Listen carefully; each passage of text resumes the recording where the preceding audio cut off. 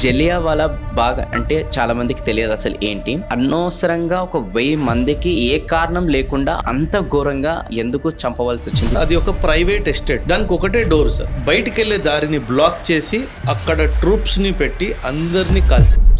1500 మందిని చంపారు సార్. ఈ బుల్లెట్లు తప్పించుకోవడానికి జనాలు బావిలో దూకి చనిపోయారు. 15th ఆగస్ట్ రోజు ఇండిపెండెన్స్ డే సెలబ్రేషన్ చేసుకున్నప్పుడు ప్రతి దగ్గర గాంధీజీ గారి ఫోటో అనేది ఉంటది. ఈ క్వశ్చన్ ఎక్స్పెక్ట్ చేశారు. మనకి ఇండిపెండెన్స్ గాంధీ గారి వల్ల వచ్చింది. ఇది అతి పెద్ద అబద్ధము. ఈ రోజు అమెరికా కానీ బ్రిటన్ కానీ మేము ధనవంతులము, మేము గొప్ప దేశం అంటే మా సమాధుల మీద కట్టిన మేడల్ సార్. ఫీమేల్స్ లో కూడా ఫ్రీడమ్ ఫైటర్స్ అనేది ఉన్నారు. అరుణా అసఫ్ అలీ 1942లో టాప్ లీడర్స్ అందరినీ జైల్లో పడేశారు. అప్పుడు ఈ ఫీమేల్స్ ముందుకు వచ్చారు. అందులో మన ఇండియన్ ఫ్లాగ్ ని తిను బాంబేలో ఎగిరేసింది. దాంతో స్టార్ట్ అయింది క్విట్ ఇండియా మూవ్మెంట్.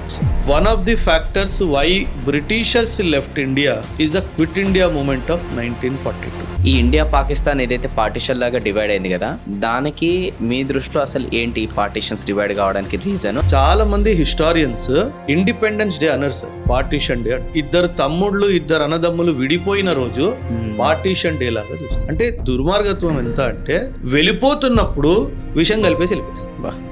మనకైతే ఫ్రీడమ్ వచ్చిందని చెప్పేసి మనం 15th ఆగస్ట్ రోజు ఇండిపెండెన్స్ డే అనేది సెలబ్రేట్ చేసుకుంటున్నాం. కానీ నిజంగా మీ దృష్టిలో ఇండిపెండెన్స్ వచ్చిందా? ఎంత కష్టపడితే స్వతంత్రం వచ్చింది అన్న అవగాహన నాకు ఉంది సార్. మనకి పొలిటికల్ ఇండిపెండెన్స్ అయితే 1947లో వచ్చేసింది, కానీ సామాజికంగాను ఆర్థికంగాను ఇంకా రాలేదు. కులం అని మతం అని చెప్పేసి ఒకరినొకరు చంపుకుంటున్నారు సార్. ఇన్ఈక్వాలిటీ వల్ల నేను గొప్పోడిని, నువ్వు పేదవాడివి అన్న ఇంకా భేదాలు ఉన్నాయి. ఇవన్నీ తొలగిపోవాలి.